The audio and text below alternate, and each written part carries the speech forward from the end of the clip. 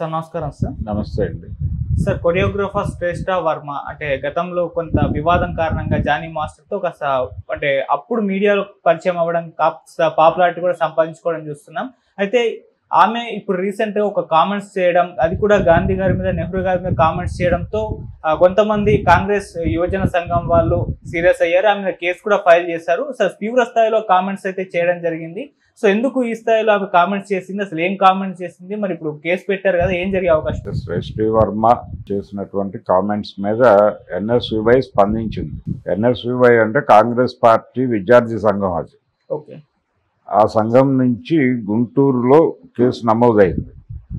గుంటూరులో కేసు నమోదు చేస్తూ వాళ్ళు మీడియాతో మాట్లాడుతూ మీడియాలో ప్రింట్ అయినటువంటి ఒక పేపర్ పట్టుకొని వాళ్ళు కంప్లైంట్ చేశారు. అయితే ఆవిడ సోషల్ మీడియాలో ఎక్కడో మాట్లాడారని లేకపోతే రాశారని ఇలా రకరకాల అభిప్రాయాలు చెప్తున్నారు, కానీ రాసిన కంటెంట్ కానీ లేకపోతే మాట్లాడిన కంటెంట్ కానీ ఎక్కడా లేదు. మేబీ డిలీట్ చేసి ఉండొచ్చేమో. ప్రస్తుతం అయితే అంటే ఈ వార్త తెలియగానే సెర్చ్ చేస్తే ఎక్కడ అయితే దొరకటం లేదు ఆ కంటెంట్. కానీ ఆవిడ మాట్లాడారు అని చెప్పి వివిధ వెబ్సైట్స్లోనూ వాటిలోనూ వచ్చిన కథనాల ఆధారంగానే ఈ కేసు బుక్ చేశారు.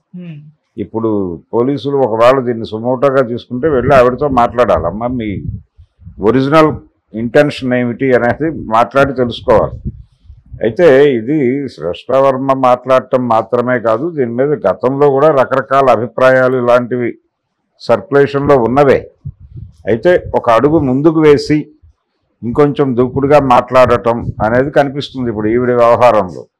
ఆ పద ప్రయోగం కొంచెం ఇబ్బందికరమే. ఒకవేళ ఆవిడ నిజంగానే అలా అభిప్రాయపడుంటే గాంధీ కంట్రిబ్యూషన్ ఏమిటి ఈ దేశానికి అలాగే స్వతంత్ర పోరాటానికి అనే దానికి సంబంధించి భిన్నమైన అభిప్రాయాలు ఉన్నాయి.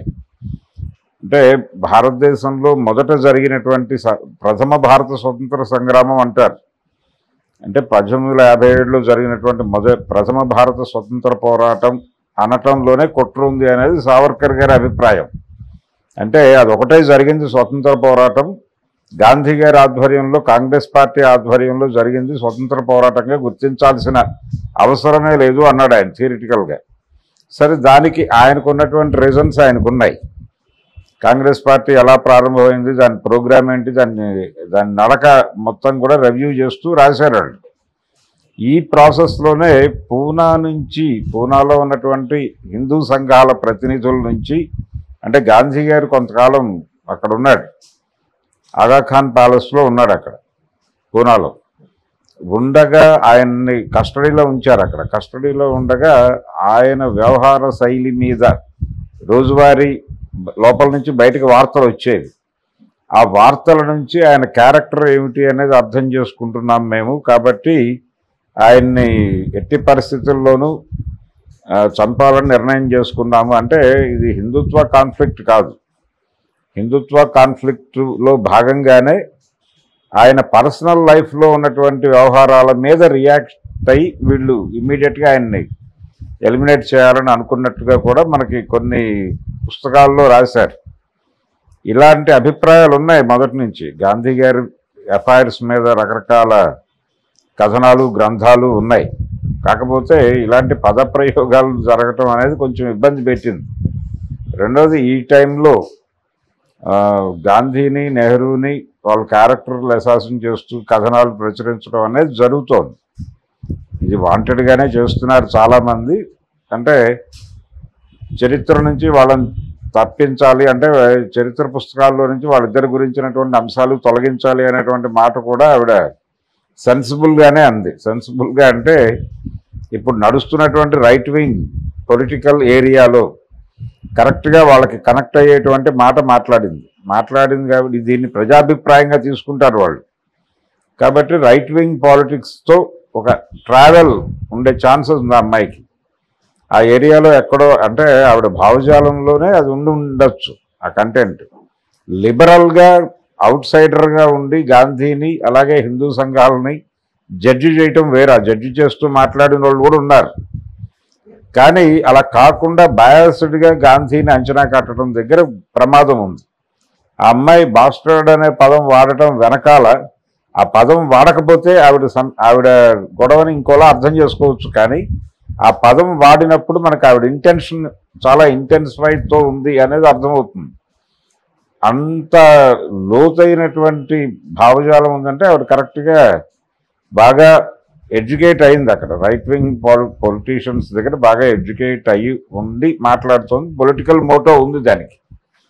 ఆ పొలిటికల్ మోటోలో భాగంగా గాంధీ గారి క్యారెక్టర్ అసాసినేషన్ ప్రోగ్రాంలో భాగంగానే ఆవిడ ఆ మాటలు మాట్లాడింది.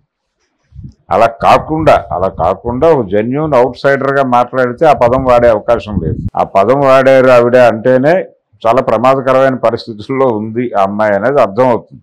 అందుకని వీళ్ళు ఇమీడియట్గా కేసులు పెట్టడం తప్పేం కాదు. బ్రాండింగ్ చేయటం ప్రపంచం దృష్టికి ఆ విషయాన్ని తీసుకెళ్లే ప్రయత్నం చేయటం. చాలామంది మాట్లాడుతున్నారు కదా, నేను కూడా మాట్లాడితే ఏమవుతుంది అనటంలో మాట్లాడి ఉండొచ్చు. కానీ గౌరవప్రదమైనటువంటి పద్ధతిలో ఒక ఆర్గ్యుమెంట్ లాగా గనక నీ దగ్గర ఉన్నటువంటి విషయాలని ఒక చర్చకి పెట్టే పద్ధతుల్లో గనక ప్రపంచం ముందు పెడితే దానికి రియాక్ట్ అయ్యేవాడు రియాక్ట్ అవుతాడు. ఒక సంవాదం జరగాలి. ఒక సంవాదం జరగటానికి నువ్వు ఈ అభిప్రాయం ప్రాతిపదిక అయితే మంచిదే, కానీ ఇది అలా లేదు. ఆ పదం వాడటంలోనే దాన్ని కంక్లూడ్ చేసేయాలి. ఏకపక్షంగా ఉంది. ఈ ఏకపక్షంగా మాట్లాడటం అనే దగ్గరే అమ్మాయి ఎక్కడో రైట్ వింగ్తో అసోసియేట్ అయి ఉంది అనేది డౌట్ వస్తుంది. ప్రస్తుతం ఆవిడ ఆరోగ్య పరిస్థితి మీద కూడా నాకు డౌట్ వస్తుంది. అంటే ఆ అమ్మాయి ప్రపంచంలో అందరూ మాట్లాడుతున్నాను అనే భ్రమలో కొంచెం టోన్ పెంచి మాట్లాడటం. ఇప్పుడు వాళ్ళు కూడా తనకి ఎలాగైతే అన్యాయం జరిగిందో జానీ మాస్టర్ నుంచి, అలాంటి అన్యాయాలు చాలామందికి చేశారని కూడా ఆ దానిలో టోన్ ఉంది వాళ్ళిద్దరు. అలాగే జవహర్లాల్ నెహ్రూ గారి మీద రకరకాల అలాంటి ఆరోపణలు ఉన్నాయి. గాంధీ గారి మీద కూడా ఉన్నాయి. ఇవన్నీ ప్రపంచానికి తెలిసినవే. కానీ ఒక డిస్కసివ్ మోడ్లో చర్చ జరిగేది. దాన్ని మించి వెళ్ళిపోయి పర్సనల్ అటాక్కి వెళ్ళింది ఈవిడ. అది ప్రమాదం. దేన్నైనా చరిత్రని క్రిటికల్గా చూడాలి. ఏ క్యారెక్టర్నైనా క్రిటికల్గానే చూడాలి. ఎవరిని గ్రాంటెడ్గా తీసుకోవాల్సిన అవసరం లేదు. ఎవరి లోపాలైనా బహిరంగంగా చర్చించుకోవచ్చు, కానీ గౌరవప్రదంగా చర్చ జరగాలి తప్ప ఇలాంటి పదాలతో కాదు. అందుకని ఆవిడకి ఆ ఏజ్ రీత్యా, ఆవిడ అవగాహనకు ఉన్నటువంటి పరిమితుల రీత్యా అలా చెలరేగిపోయి ఉండొచ్చు. కానీ ఇది అయితే పద్ధతి కాదు. ఆవిడ తెలుసుకోవడం మంచిది. కొంత జ్ఞానంతో డిలీట్ చేసినట్టుగా భావిద్దాం ప్రస్తుతానికి. ఈ జ్ఞానం వెలుగులో మరింతగా స్టడీ చేస్తే మంచిది. ఆవిడ అంటే వేరే మోటో ఉంది అమ్మాయికి. నాకు సీరియస్గా అనిపించింది ఏంటంటే